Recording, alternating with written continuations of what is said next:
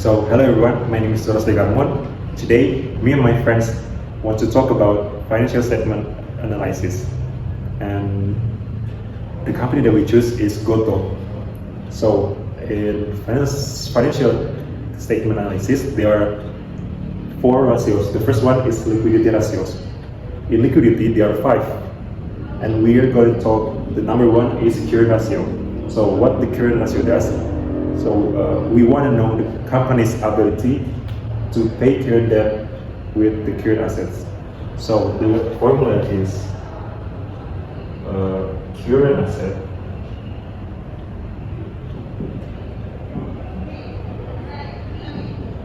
divided by current liabilities.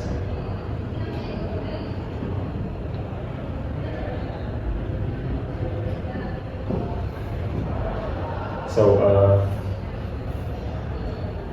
we get the data that the current asset is 34,478,578.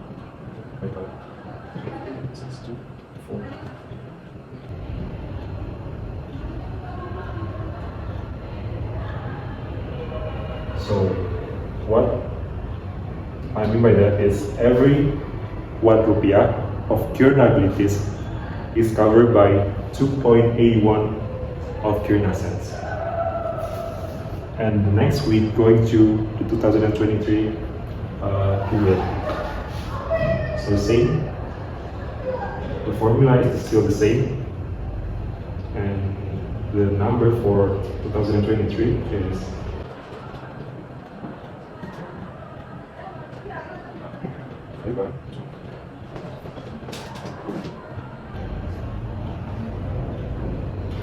so it's the same. Every 1 rupiah of current liabilities is covered by 2.62 of the current asset. And if we look at the data here, the current ratio has decreased 6.76% from the 2022. So we're going to the next ratio, which is asset test ratio.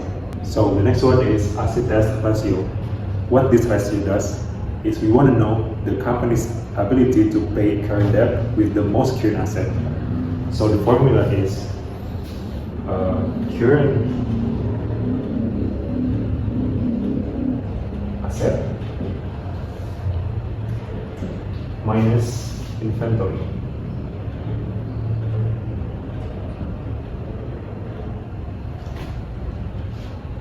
We want to remove the inventory so we can know the most current asset of the company, and we divide it by the current liabilities.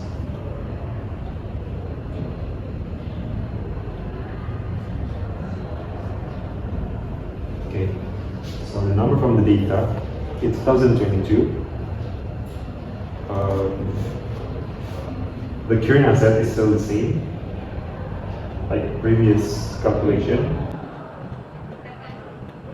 And we minus 5, so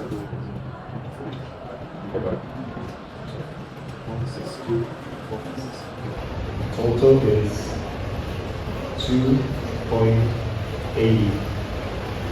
So what is 2.80? So every 1 rupiah of current liabilities is covered by 2.80 of very current asset. Same we want to do with 2023. Okay. So the number of the current asset and the current liabilities is still the same like the previous equation.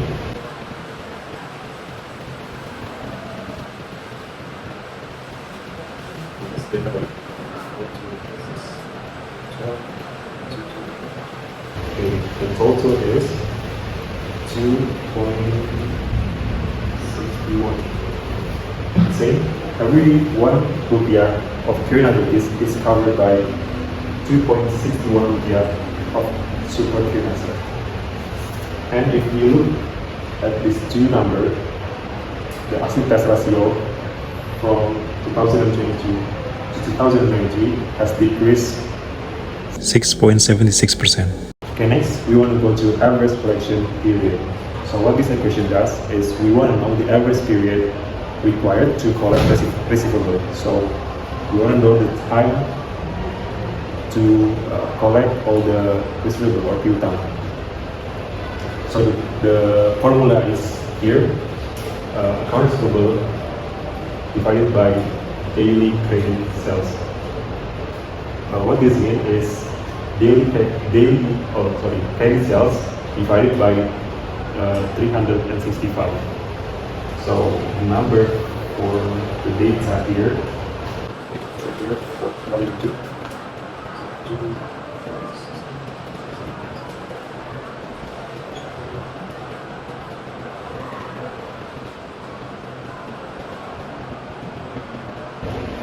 so this is the answer, and the interpretation for this is the average period to collect account receivable is within 79.14 days. So it's around 2 months, almost 3 months. So for the 2023, it's the same. We just put the data.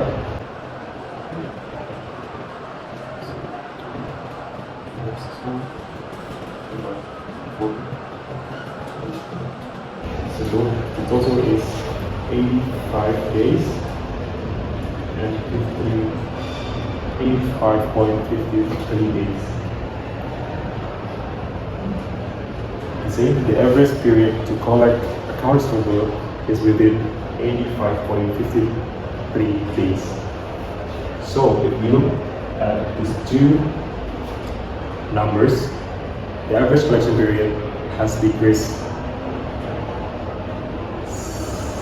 7.23% from 2022 to 2022. Okay, now we're going to the account receivable turnover. So what this ratio did is we want to know the company's ability to collect debt. So the formula is credit sales divided by accounts receivable. So we just put the number here from 2022 divided by 2.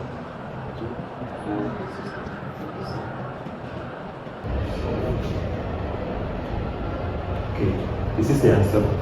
So the interpretation for this is the account receivable rotates for 40.6 times in a year, which means it's like 3 months or 2 months every 2 or 3 months. The account receivable rotates, or the company ability to collect the debt. And we do the same with the 2023.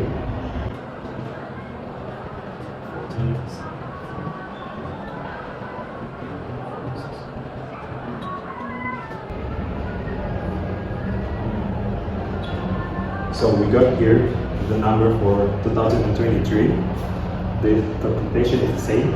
The account receivable rotates for 4.3 times in a year, so it's around 3 or 2 months.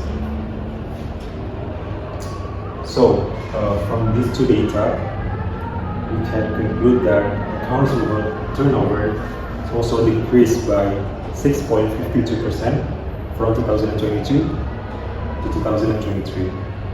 So the Gojek liquid ratio got worse from last year, but we want to see the last liquidity ratios, which is inventory turnover, that my friend will present. Hi everyone, my name is Faik Noval Korigunawan, and I'll explain one more thing from the liquidity ratio, that is inventory turnover.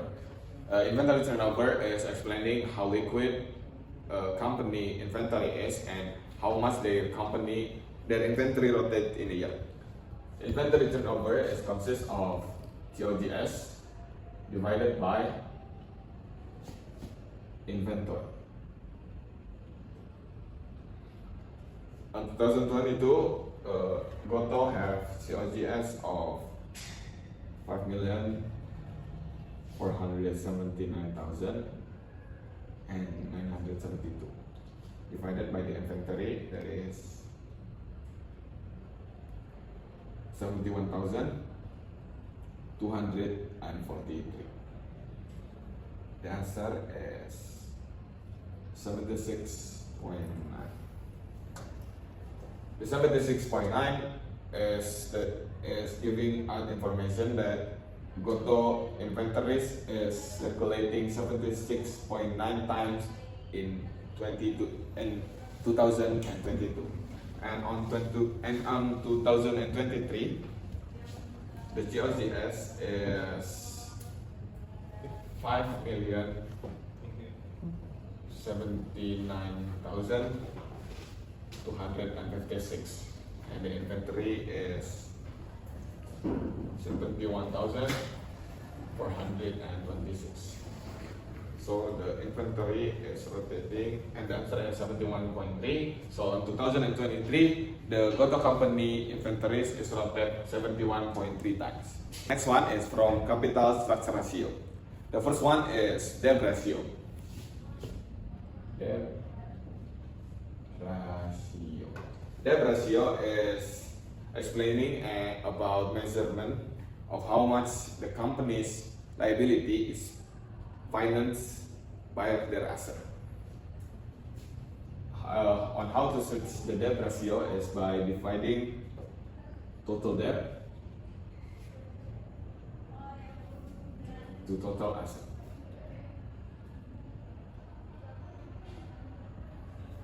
On 2022, the total debt of Goto company is 18,377,256, and the total asset is 139,216,570, and the answer is 0.114. After you get the decimal, you times it with 100 to make it to percentage, and it's become 14.9%. And the conclusion is the Goto company funds its asset from their debt by 14.9%. And on 2023, Goto company have 16,493 and 226 of total debt, and of total asset. So Goto company have 16,493 and 226 of total debt, and 54,097,256 of total asset. So the debt ratio of Goto company on 2023 is 0.0304, and times it with 100 to make it a percentage, and it becomes 30.4%. So in 2023, the Goto company funds its asset from the liability by 30.4%. Next one is debt to equity ratio.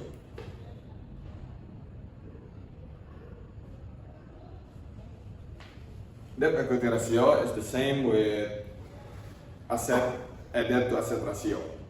It's measure of how much the company's equity are financed by their debt. The subject is using total liability or total debt divided by total equity.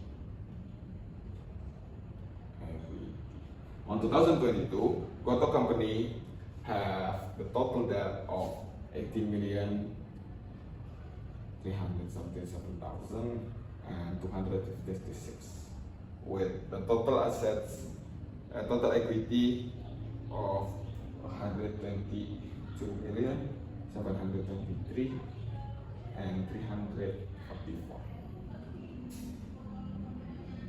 After you get the decimal, you do the same thing, times it with 100 to make it a percentage, and you get 30.2%. So the interpretation is Goto use 30.2% of their equity. Their equity is fine by 30.2% to pay their debt. On 2023, Goto company have total debt of 16,493,206, and the total equity of 35,720,000. So the debt to equity ratio is 0.46 is equal with 46%. And the last one from the capital structure ratio is times interest earned. Time interest earned is measured the company ability to pay its interest expenses.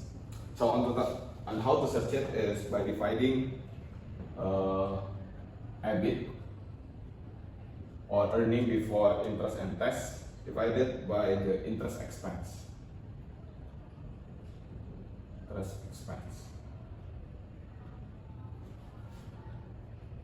The EBIT of Goto company on 2022 is 40,544,556, and the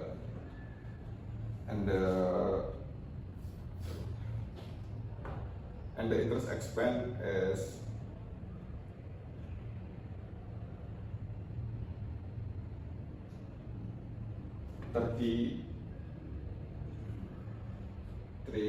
369,265. So the 2022 time interest earned is 245.43.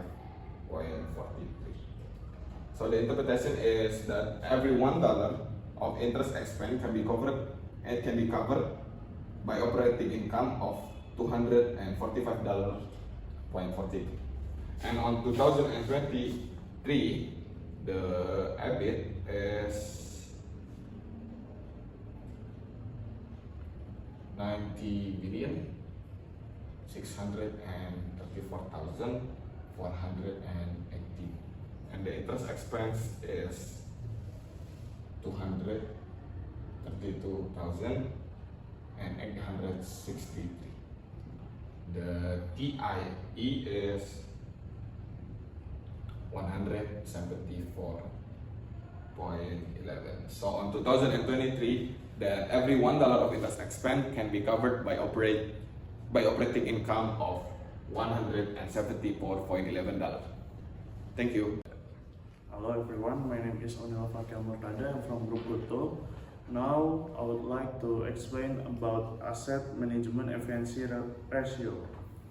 There are two elements. The first one is TATO, or we call total asset turnover, and the second one is fixed asset turnover. So how to find the TATO? The TATO is sales divided with total asset. So in Goto financial statement on 2022, the sales is 11,349,167 divided with the total asset is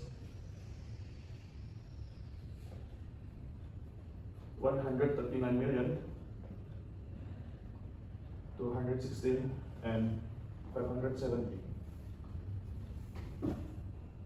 So the result is 0.082. This means that for every unit of asset, the company can generate 0.082 on TATO on 2022. On 2023, the sales is 14,785,000 and 492. And the total asset is 54,097,256. So the result is 0.273. So on the 2023, the company can generate sales 0.273 units of sale. So the 2023 is bigger than 2022. The second element is about fixed asset turnover. So the formula is sales divided with net fixed asset.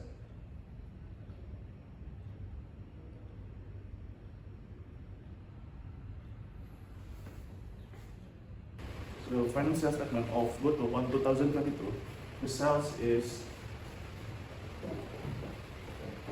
11,349,167 divided with net fixed asset is 1,257,341. So the result is 7.79. This means that for every unit of fixed asset, the company generates about 7.79 units of sales. And on the 2023, the sales is 14,785 and 492. Divided with net fixed asset is 1,038 and 618. The result is 14.23. And on the 2023, the company can generate sales about 14.23, and it's bigger than 2022. So next, I would like to explain about profitability ratios on the company Goto. The first one is OIROI, operating return on investment. The formula is operating income divided with total asset. On the 2022, the operating income is minus 14,087,664 and divided with total asset is 139,216,570. So the result is minus 0.1012 or minus 10.12%.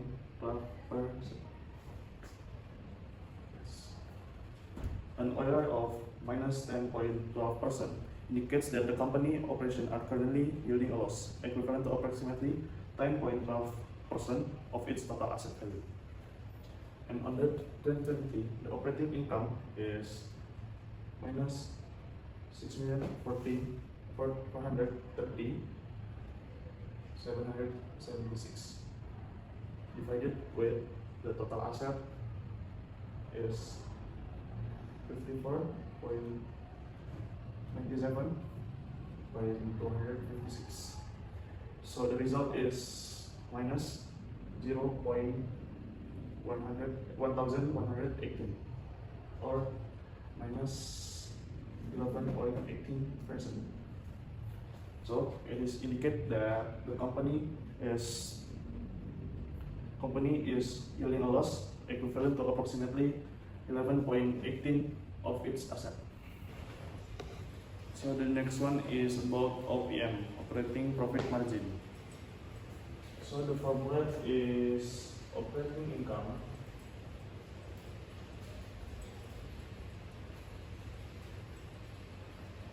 divided with revenue.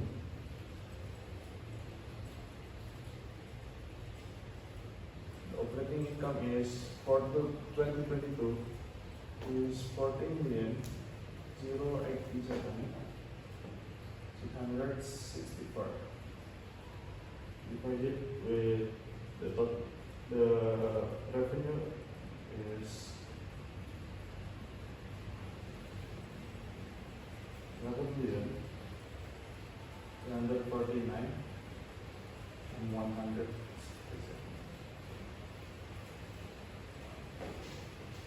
And this must times 100%.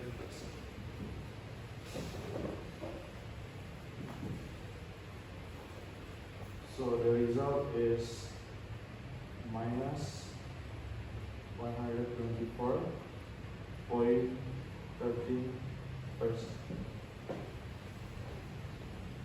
This means that every 100 rupiah of revenue, the company is losing approximately 124 of its operation.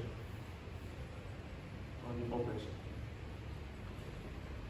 the 2023, the operating income is minus 6,150,176 divided with the revenue is 14,785,492. Must time 100%.